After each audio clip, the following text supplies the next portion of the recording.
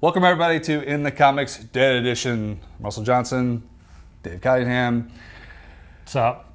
Just getting into The Walking Dead Season 6 premiere. We've been waiting for it for a while now. Everybody's excited about it. Hopefully getting more comic stuff. Let's dive right into it. What do you think of the season premiere? Okay, so a lot to talk about. 90-minute episode here. Gotta say that I enjoyed the episode, but not too excited about how they did the flashbacks. The style of it kind of felt like it was done already. I didn't feel like it needed it. Right. I felt like it didn't add to anything to me anyway. It didn't really conclude in a way where you're like, your mouth is hitting the floor, you know. So I didn't really need that. Didn't really take away, didn't really add, but overall I really liked the episode. I really think it kicked off. If you're familiar with the book, you kind of know what storyline they're going for right here. So really excited to see these first few episodes. Yeah, I felt that, again, much like you, I thought the technique they used for the black and white didn't do a whole lot for me. I knew what they were doing. It felt a little out of place considering it's never really been done in the series so far. I was thinking maybe they were trying to throw a little homage to the comic books, something like that. There was some very comic book looking shots set up in those black and white things, but it felt like 30 minutes of that show could have been cut down. It could have been an hour. I agree. And I felt like they were trying to, you know, the primary story of them leading the walkers out and what happened from the time Rick had, all of the things that happened at Alexandria with Rick and everybody, Morgan coming back, that seemed like the secondary story, which I actually felt should have been flipped. I feel like what happened should have been the primary story, and the secondary story should have been them leading them out of the pit away from Alexandria. But I did think it was a good episode. But as far as the premiere goes for season 6, it's a little underwhelmed, to be quite honest with you. I felt like I think it dragged in a lot of places, especially some of the scenes with them driving out of town. I mean, it was now this is the first time. I just talked about how on Fear the Walking Dead, the finale, I was like, you know, you can have the best laid plans, but it all goes to crap once the zombies are let loose. This is the first time we've ever seen the actual herding horde of zombies, trying to get them under control and finding a way to move them without actually running from them. Does that make sense? Yeah. So I was saying that in the final of the Fear of Walking Dead, but this is the first time they actually tried to do that, which I thought was it's a cool new direction.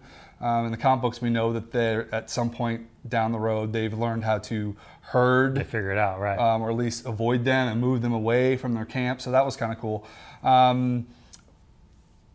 Anything else from the episode that you thought was like, okay, the main not bad guy, but the guy who was against Rick? There's always somebody against Rick, right? Especially taking over Alexandria, because everyone else has kind of fallen into place.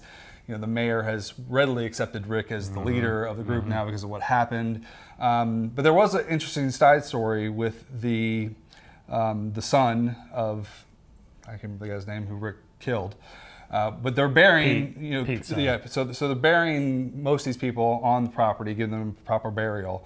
But Rick says no.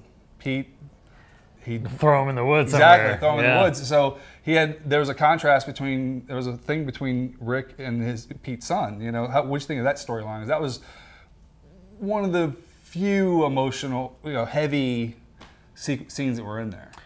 Yeah, I think that was an interesting little twist, because you also got Morgan there, right? Which is trying to tell him, you need to be respectful too and do this right instead of just leaving him as bury him.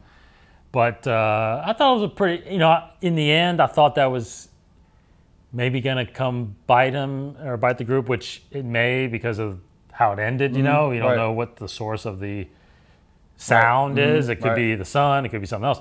But no, I think it was pretty interesting, and it kind of, even though I feel like I'm on Rick's side on this, but there's some part of humanity I think that, like, Morgan is still, obviously he has whatever his past is, he's got something that contribute to that side too. So what do you think about Rick's he has all these transition. He's had all these different arcs as a character where he was the leader, he was the, subdued one, he was the peaceful one, he was the farmer, he was back to this. But now he's gotten to the point where he literally trusts no one. To the point where Morgan comes back. He's been in different situations with Morgan throughout this entire show, and when he comes back, he puts him basically in quarantine. Says, "I don't trust anybody, even Morgan." At this point, what do you think about Rick's character? Look, at this point? I think he's pretty hard on the edge. He is, but I think he's exactly the way you have to be. I mean, they've tried numerous times to get into a group or meet another group, with Woodbury and then with Terminus, and nothing goes right. Right. Best laid plans. They've never run into a group like them. Mm-hmm. Now they have with Alexandria, except they've never been outside, right. So they don't know how to survive. So he's got to be what he is now, I think, in order to, and he's not like, there's no way you can say, oh, he's like the governor or he's like the guys at Terminus, because he is truly looking out for his group. Right. And if that's the way you got to be to look out for your group, because you got to be cautious of everybody you meet. I mean, I'd be Daryl. I'd be right behind him, doing whatever he needs and whatever he asks of me. To be honest, that's. Yeah. No, he's gotten on the edge of. I think he's right on the edge of. He's Rick-tatorship, right? Yeah, he's definitely gone back to Rick-tatorship, because it's that's where it's gone, and that's where it's going to stay at this point. So we'll talk a little about the ending, because this was, again, something we obviously saw something coming. It wasn't going to be as easy as leading them out. True. It wasn't going to happen. So we have the one guy who was against Rick, who was against him. Rick was going to kill him and get rid of him altogether, but at the end he comes around. We knew, again, this is the problem with that device of using a flashback in the main story. You knew in that scene where Eugene overheard them talking about getting rid of Rick or getting rid of that group, that nothing was going to happen other than some tension, because they've shown him in the end, which is it's doubling back on itself. So correct. But you knew there's always one guy, one person, guy, gal, who always is not smart. Yes, he's not smart enough or not savvy enough to understand what's going on. This was the guy. I thought Rick showed a lot of, at least a hair of restraint when the walker bites this guy in the face and he's screaming, and Rick's just trying to keep him quiet, but obviously to no avail. Yeah. That scene at the end there when he silences him permanently. It's like, okay, done, stabbed. So we had this mystery now of as the walkers are going along. First, the screaming distracted them, but then they settled and fixed it. They settled and fixed it. But then there was some sort of horn going off. We don't know where it's coming from. Yeah. What do you think that could possibly be? Because we know from the comics, again, things that happen down the road. What do you think is coming? What do you think is the? Well, they're saying it's from home, so either it's some kind of signal of something happening there, like the wolves, or someone's in trouble, and I don't know what it necessarily could be, but then again, it could, I think I've read where some of the people think it's the kid. Right. Trying to blow the plan because he hates Rick, kind of thing. So I can see that possibly being an example. So more than anything, it's got to be something terrible that's going to happen, and they got to run to it, because like we know from the book, this is where kind of a lot of things happen at Alexandria, so. So there you have it. It was, again, the more we talk about it, it was a good show. It was a good show. It was good, but again, I just had my problems with it being a premiere. Yeah, and again, for people that are on the comic, Morgan said it. I think in the beginning, he was like, he said something like, "Yeah, I understand. There's no way out." Right, no way out. And no way out is the big storyline in the comic that this is kind of centered around. It's a lot of stuff happens. It's crazy. So we'll see. All right, so rating. Give me your 1 to 5 stars. What'd you give? I'd actually give it probably just a 3.5. 3.5. I know well, we've done this show once before. Now I think about it more. I'll give it a 3. Okay, give it a yeah. 3 I think that's where you were last time. I was like 2.5. Okay. Because I went low. I think even Chad back there was like, "Whoa, gasp!